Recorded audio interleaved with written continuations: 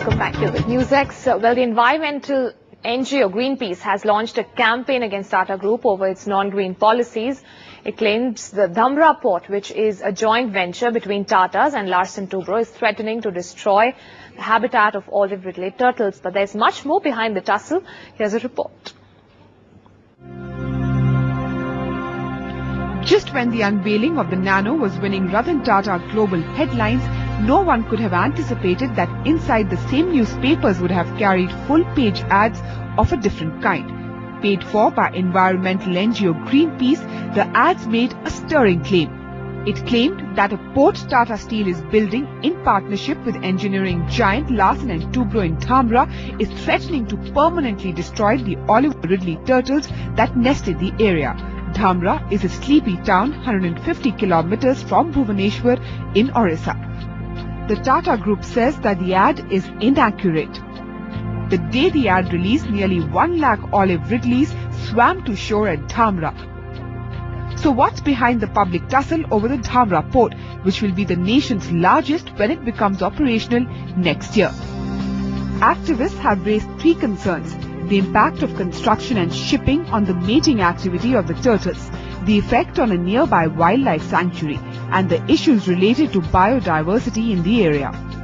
The original EIA, it considered the port on a completely different location. That was Kanika Sands.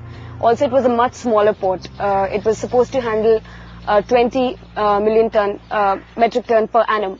And the new port is actually moved to the mainland and is going to handle something up to 80 MTPA.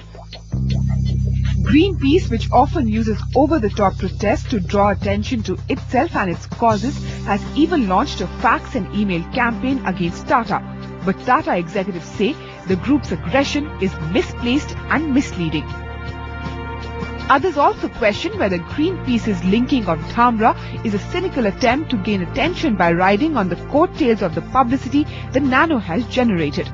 Greenpeace began playing it up just when Mamata Banerjee was targeting the Nano's Shingur plant.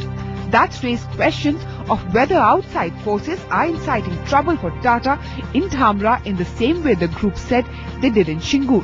For example, the Greenpeace campaign very personally targets Ratan Tata but stays mum on partner company L&T. Greenpeace also can't explain how Oliver Ridley turtles are spreading up and down India's east coast despite the presence of other ports like Visakhapatnam. And why did Greenpeace and other NGOs pull away from negotiations with the Tatas when they were open to having a second environmental study conducted? When some people raised concern, we in our openness said that you are free to conduct any further studies. We will both facilitate and fund such studies. Now, mind you, if we were not sure that we are doing the right thing, we wouldn't have even welcomed them to do such a study. In fact, even Greenpeace admits it wants to gain full mileage from the Nano and Ratan Tata making headlines. So is the Dhamra project becoming a victim of partisan agendas like Shingur did? While Greenpeace has failed to mobilize public support in the way the fiery Mamata Banerjee did, their action could have same effects, hurting a project of national interest in their quest to gain national attention.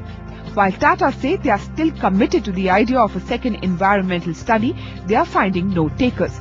Meanwhile, the baby turtles hatching in Dhamra can look forward to spending their lives at the center of another twisted controversy. Bureau Report, News X.